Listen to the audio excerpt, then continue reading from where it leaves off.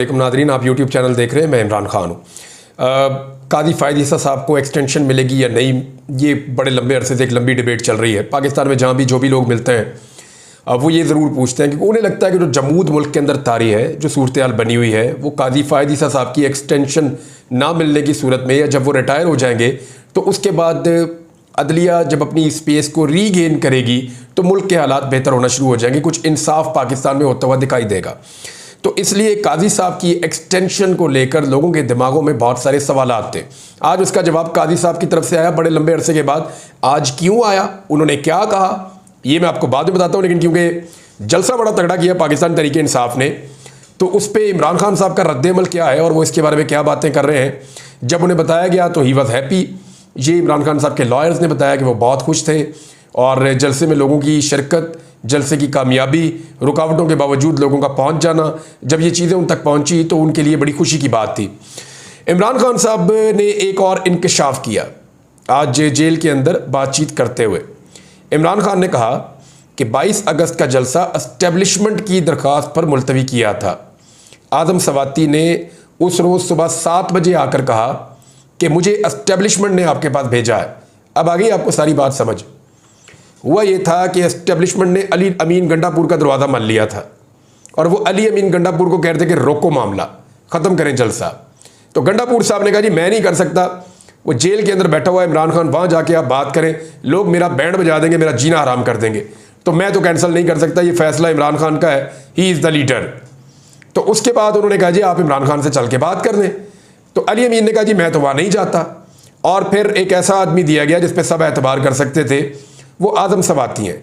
तो फिर एस्टेब्लिशमेंट ने, अब इमरान खान साहब भी इसकी तस्दीक कर रहे हैं, सुबह 7 बजे जेल का दरवाज़ा खुलवा कर, जिसके ऊपर पंजाब हुकूमत और वफाकी हुकूमत बहुत परेशान है कि सुबह 7 बजे दरवाज़ा कैसे खुल गया।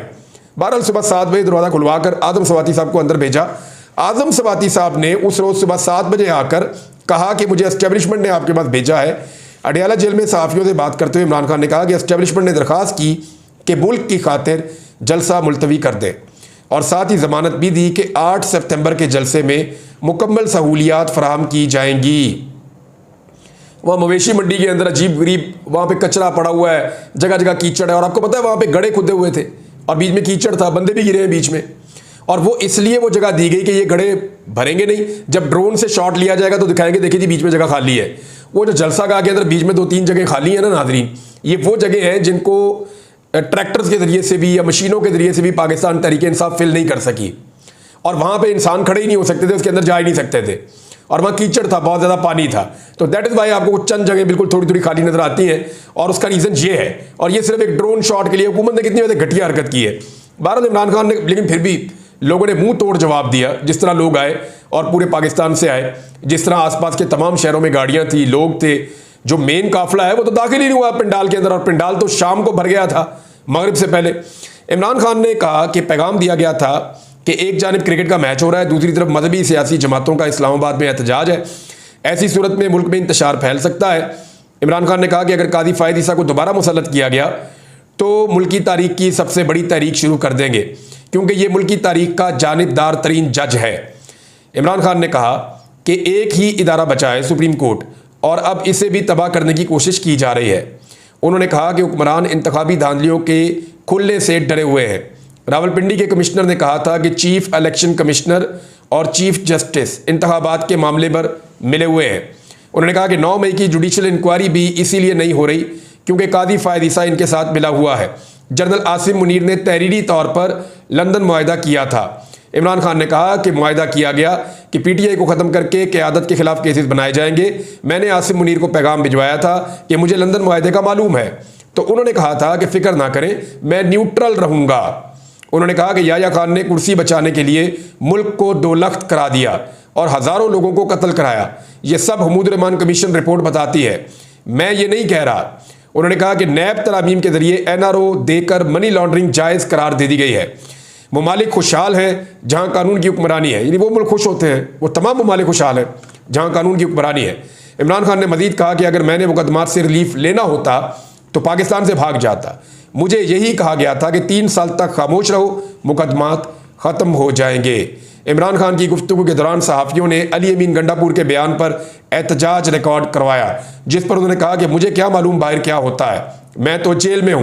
उन्होंने कहा कि आपको बाहर की तमाम बातों का इल्म होता है, सहाफ़ियों के खिलाफ बयानात का आपको इल्म क्यों नहीं होता, जिस पर इमरान खान साहब ने जवाब नहीं दिया और फिर वो चले गए वहाँ से।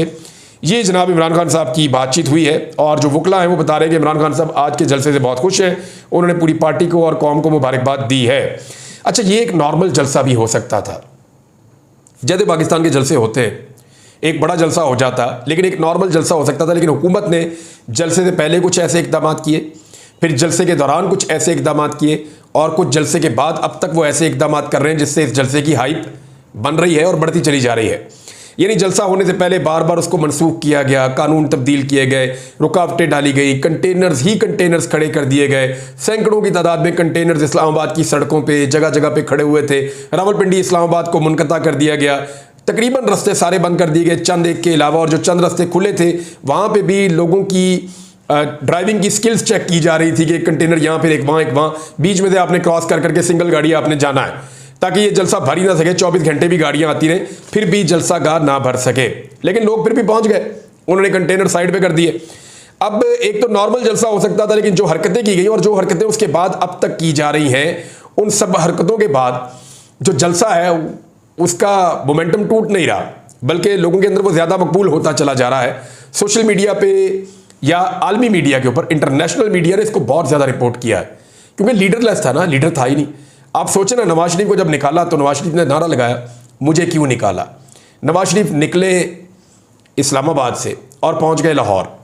यानी जब कोई बंदे ने एहतजाज करना होता है तो वो वहां जाता है जिस जगह उसने एहतजाज करना होता है। तो मियाँ साहब एहतजाज करते करते अपने घर चले गए, मुझे क्यों निकाला, और घर में जाके घुस गए। ये कैसा एहतजाज था। लेकिन उस पूरे एहतजाज में इतने बंदे इकट्ठे नहीं हुए, मियाँ साहब खुद चलते रहे, बोलते रहे, बुलाते रहे, फिर भी लोग नहीं आए, जिससे ज्यादा लोग इमरान खान के बगैर सिर्फ उनकी आवाज के ऊपर इस्लामाबाद में इकट्ठे हो गए, तमाम तर रुकावटें तोड़ते हुए। इमरान खान की हुकूमत भी नहीं थी, हालांकि उस वक्त जब नवाज शरीफ को निकाला गया तो नवाज शरीफ का अपना वजीर आजम वहां पे मौजूद था। अब ज्यादा पॉपुलैरिटी पाकिस्तान तहरीक इंसाफ को मिले, इसलिए जनाब 3 मुकदमात मजीद दर्ज कर दिए गए पाकिस्तान तहरीक इंसाफ की क़यादत पर कि जनाब आपने जो है वो जलसा किया तो चंद चीज़ों की आपने खिलाफ वर्जी की है। और पहला मुकदमा ये संगजानी में जलसे के मुअय्यना वक्त से आपने पाबंदी नहीं की, वक्त से आगे चले गए, लिहाजा एक तो पर्चा ये हो गया। और दूसरा रूट की खिलाफ वर्जी की, दूसरा मुकदमा ये हो गया। और तीसरा जी कि जब आंसू गैस पुलिस ने फेंकी तो आपने आगे से पत्थर क्यों फेंके, तीसरा मुकदमा ये हो गया। तो 3 मुकदमा जनाब दर्ज कर लिए गए हैं। जरताज गुल वजीर, आमिर मुगल, शुएब शाहीन, उमर अयूब, सैमाबिया ताहिर और राजा बशारत समेत 28 मकामी रहनुमाओं को इन मुकदमात में नामजद कर दिया गया है। पुलिस ने शेलिंग की है और 17 कारकुनों को गिरफ्तार भी किया है। अब आज जो बयानात आ रहे हैं, एक तो बयान दिया बैरिस्टर सैफ ने जो खैबर पख्तूनख्वा हुकूमत के तर्जुमान है। उन्होंने कहा कि जाली हुकूमत ने एक और 9 मई का प्लान कल बनाया था और तशद्दुद पर उकसाने की कोशिश भी की और शेलिंग भी की है, लेकिन पाकिस्तान तहरीक इंसाफ के पुरअमन कारकुनों ने शेलिंग के बावजूद जब्त का मुजाहरा किया और लाठियां भी उनके ऊपर बरसाई गई, शेलिंग भी उन पर की गई। तो एक और 9 मई का मनसूबा तैयार था, मगर हमारे कारकुनों ने और हमारी लीडरशिप ने उसको नाकाम बनाया है। जिन रस्तों से लोगों को आना था उन्हीं रस्तों के ऊपर शेलिंग की गई ताकि लोग ना पहुंच सकें। दूसरी तरफ ख्वाजा आसिफ साहब अब ताने दे रहे हैं कि जी 15 दिन का आपने टाइम दिया है ना, तो अब 15 दिन में अपने लीडर को रिहा करवा लेना। मेरी अली अमीन गंडापुर साहब से बात हुई, मैंने उनसे पूछा, मैंने कहा जी आपने 15 दिन का टाइम दिया, ये आपने क्या सोच कर दिया। उन्होंने कहा जी इमरान खान के मुकदमे कानूनी तौर पर खत्म हो गए हैं, अब मुकदमा कोई बाकी नहीं है, सिर्फ उनकी बेल होनी है और उन्हें बाहर आ जाना है। तो बहुत भी ज्यादा अगर हो जाएगा तो इमरान खान साहब को 10 दिन 15 दिन इससे ऊपर लगने नहीं चाहिए। तो अब कानून के मुताबिक तो इमरान खान साहब को अंदर नहीं रखा जा सकता और हमारी बस हो गई है। पब्लिक का बहुत प्रेशर है, पूरे पाकिस्तान के अंदर लोग जो हैं वो उतावले हैं, पूरे पाकिस्तान के अंदर लोग गुस्से में हैं और वो गुस्सा अब हमारे ऊपर चढ़ रहा है कि हम क्यों नहीं निकलते और क्यों नहीं इमरान खान के लिए आवाज पूरी ताकत से उठाते। तो हम इमरान खान साहब को फॉलो करते हैं, जो वो कहते हैं उसके मुताबिक हम चलते हैं। बहरहाल ख्वाजा आसिफ साहब अब ताने दे रहे हैं कि 15 दिन के अंदर अब अपने लीडर को रिहा करवा कर दिखा देना, अगर करवा सकते हो तो। दूसरा एक और बयान भी दिया गया, राणा सनाउल्लाह साहब ने कहा जी अटक का पुल पार करके दिखाएं। ये भी मैंने पूछा अली अमीन गंडापुर से, तो उन्होंने कहा जब मैंने आना होगा तो मैं आ जाऊंगा। उन्होंने कहा जिस वक्त लाहौर का जलसा होगा तो मैं आऊंगा, मैं देख लूंगा ये मुझे कैसे रोकते हैं। ना ये पुलिस की ताकत से मुझे रोक सकते हैं, ना ये किसी और ताकत से मुझे रोक सकते हैं। मैं अवाम के साथ आऊँगा और पंजाब की अवाम का हक है कि वो जलसा करें, उनका आईनी और कानूनी हक है। अगर ये आकर जलसा करना चाहते हैं खैबर पख्तूनख्वा में तो हमारी तरफ से वेलकम है, ये आए, हम फैसिलिटेट करते हैं। इन्होंने हज़ारा में जलसा करना है, पेशावर में जलसा करना है, DI खान में जलसा करना है, जहां नून लीग जलसा करना चाहती है पीपल्स पार्टी, हम उनको अलाउ करते हैं, आए आकर जलसा करें। इसी तरह पंजाब में जलसा करना हमारा जमहूरी हक है और हम वो अपना हक लेने के लिए आएंगे। हम देखते हैं हमें कौन रोकेगा। दोनों तरफ से जो है वो बड़ा हाई है, यानी एक तरफ तो पुलिस फोर्स और रियासत की ताकत इस्तेमाल करने की धमकी दी जा रही है हुकूमत की जानिब से, दूसरी तरफ अली अमीन गंडापुर और पाकिस्तान तहरीक इंसाफ की जानिब से अवामी ताकत इस्तेमाल करने की धमकी दी जा रही है। बहरहाल एक और चीज़, अली अमीन गंडापुर साहब पे बहुत तनकीद हो रही है मरीम नवाज के बारे में। उन्होंने चंद जुमले, सिर्फ नाम लिया मरीम नवाज का, अगर आप इजाज़त नहीं देंगी तो हम पठान जो है वो ढोल और बारात लेकर पहुंच जाएंगे पंजाब में, वो मुहावरतन उन्होंने बात की। लेकिन अली अमीन गंडापुर की इस बात के ऊपर ऐसा वावेला हुआ कि आपने अपनी ज़बान से मरीम नवाज का नाम कैसे ले लिया। यानी अली अमीन ने अपने मुंह से मरीम नवाज का सिर्फ नाम लिया है और इसके ऊपर आप ववेला चेक करें कि औरत कार्ड लेकर नाच नाच कर घुंघरू तोड़ दिए कुछ लोगों ने। मरीम नवाज साहिबा की जो जाती बहुत करीबी औरतें हैं उन्होंने तो रोला ही डाल दिया बहुत ज़्यादा कि पता नहीं क्या हो गया, अली अमीन गंडापुर ने क्या कह दिया। ज़रा मरीम नवाज की ज़ुबान मुलाहिज़ा फरमाइए। मैं आपको थोड़ा सा पढ़ के बताता हूँ कि मरीम नवाज ने अपनी ज़ुबान से क्या क्या अल्फाज इमरान खान के बारे में कहे हुए हैं। मनशियात ज़दा शख्स, जहनी मरीज़, बदबूदार, गंद, घटिया आदमी, गीदड़, नौसरबाज, ये मरीम नवाज अल्फाज इस्तेमाल करती है। मकरू किरदार, बंदर, मंशियात का आदि, बुज़दिल आदमी, नशा करके बेसुध पड़ा है, बद किरदार शख्स, गीदड़ों का बाप, सबसे बड़ा चोर, गीदड़ के कारकुन भी गीदड़, नशे की हालत में होता है चूहे की तरह, फितना खान, बद तहजीब शख्स, नशइयों का पता है ना कहाँ पड़े होते हैं, कब्रस्तानों में उल्टे मुंह पड़े होते हैं। मनशियात ज़दा दिमाग और उसके फैसले, गालम गलोच, बदतमीजी की सियासत, अपनी बेटी भी छुपाते हो, बुज़दिल खान, फितना है, फितना, पिंकी पीरनी, ये सारे अल्फाज जो हैं थोड़े मैंने आपको बताए, ये मरीम नवाज ने अपने मुंह से इस्तेमाल किए हुए हैं जो मैंने आपको पढ़ के बताए। इनका एक लफ्ज़ भी ऐसा मरीम नवाज के बारे में इस्तेमाल नहीं किया अली अमीन गंडापुर ने। उसने तो सिर्फ वार्न किया कि इजाज़त दे दो क्योंकि ये हमारा जमहूरी हक है, नहीं देते तो फिर हम तो पठान है, हमारा अपना तरीका है, उसके मुताबिक हम आएंगे और आकर अपना जलसा भी करेंगे। जैसे भी फजल रहमान साहब या उनके लोग आए थे, जैसे पाकिस्तान भर से लोग आते हैं अक्सर पंजाब में जलसा करने के लिए। नवाज शरीफ जब आए थे तब भी मीनार पाकिस्तान पे अरेंजमेंट किया गया था। लेकिन ये वो लोग तनकीद कर रहे हैं, औरत कार्ड इस्तेमाल कर रहे हैं, जिन्होंने पिछले 2.5 साल में औरतों की इज्जत की नहीं, औरतों को ज़ख्मी किया, उनको मारा, उनके ऊपर बंदूकें तानी, उन्हें सड़कों पर और गलियों में घसीटा, चादर और चार दीवारी का तकद्दुस पामाल किया, उन्हें रेप करने की धमकियां दी, उनके कपड़े फाड़े, उनके गिरबानों पे हाथ डाले, औरतों के मुंह पे काले कपड़े डाले, उन्हें एक साल तक जेलों के अंदर बेगुनाह कैद रखा, एक एक औरत पे दर्जनों मुकदमात किए। इतना जुल्म और बर्बरियत पंजाब में ख़वातीन ने बर्दाश्त किया है जिसकी तारीख में कोई मिसाल नहीं मिलती। इतना जुल्म और बर्बरियत करने वाले तो बोल ही नहीं सकते। यानी PMLN का खास तौर पे और PDM का आम तौर पे अब बनता ही नहीं है कि ये कभी भी औरत कार्ड को इस्तेमाल करें।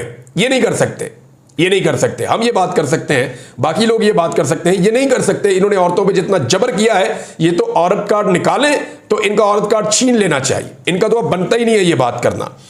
दूसरी बात यह है कि सहाफ़ियों के हवाले से जो अली अमीन गंडापुर ने बात की, देखें तनकीद सहाफ़ियों पे की जा सकती है, हम कोई आसमान से थोड़ी उतरे हुए हैं।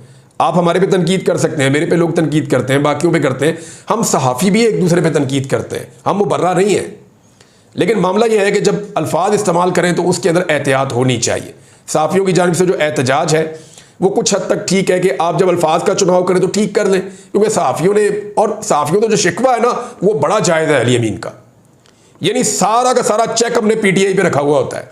मरीम नवाज ने सहाफ़ियों को कुत्तों से तशबीह दी थी, भौंकने के लिए छोड़ देते हैं, कभी कुछ बोला कभी कुछ बोला, इनकी ऑडियोज़ लीक हुई, सारा कुछ सामने आया। सहाफ़ियों ने कभी एक जुमला या एक लफ्ज़ नहीं बोला इसके ऊपर। अली अमीन गंडापुर ने लफाफी का लफ्ज़ इस्तेमाल किया तो उसके ऊपर रोला पड़ गया। मामला यह है कि हमने PTI के लिए ज़रा शिकंजा टाइट रखा हुआ है थोड़ा, और बाकी जमातों के लिए बहुत ढीला छोड़ा हुआ है।